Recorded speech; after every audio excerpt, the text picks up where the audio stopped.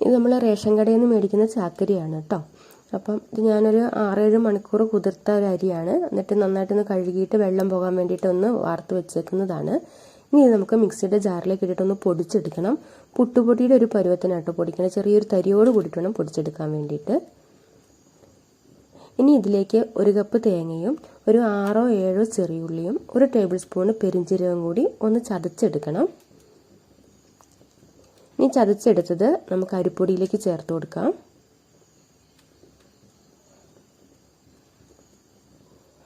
ഇനി ഇതിലേക്ക് ആവശ്യത്തിന് ഉപ്പ് ചേർത്ത് കൊടുക്കണം. ഇനി ഇതെല്ലാം കൂടി നമുക്കൊന്ന് മിക്സ് ചെയ്തിട്ടെടുക്കാം. നന്നായിട്ടൊന്ന് മിക്സ് ചെയ്തെടുക്കണം.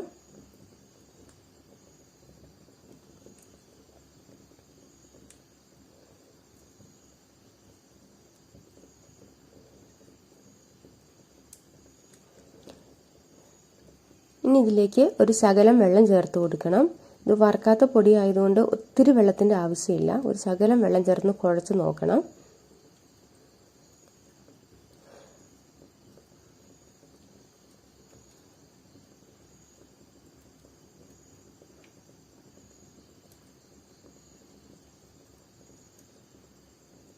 ഈ ഒരു രീതിയിൽ ആണ് കുഴച്ചെടുക്കേണ്ടത് കേട്ടോ.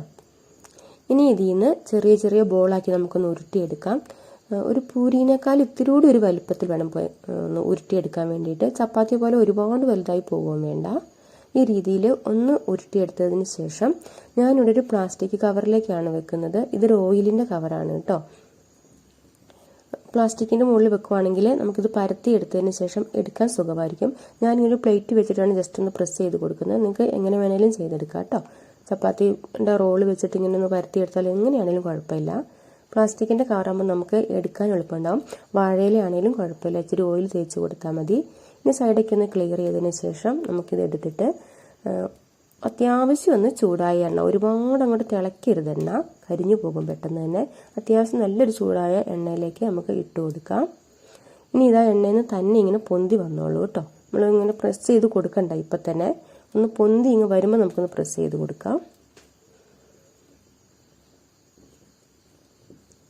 ഇതേപോലെ ഇത് എണ്ണയുടെ മുകളിലേക്ക് ഇങ്ങനെ പൊന്തി വരും.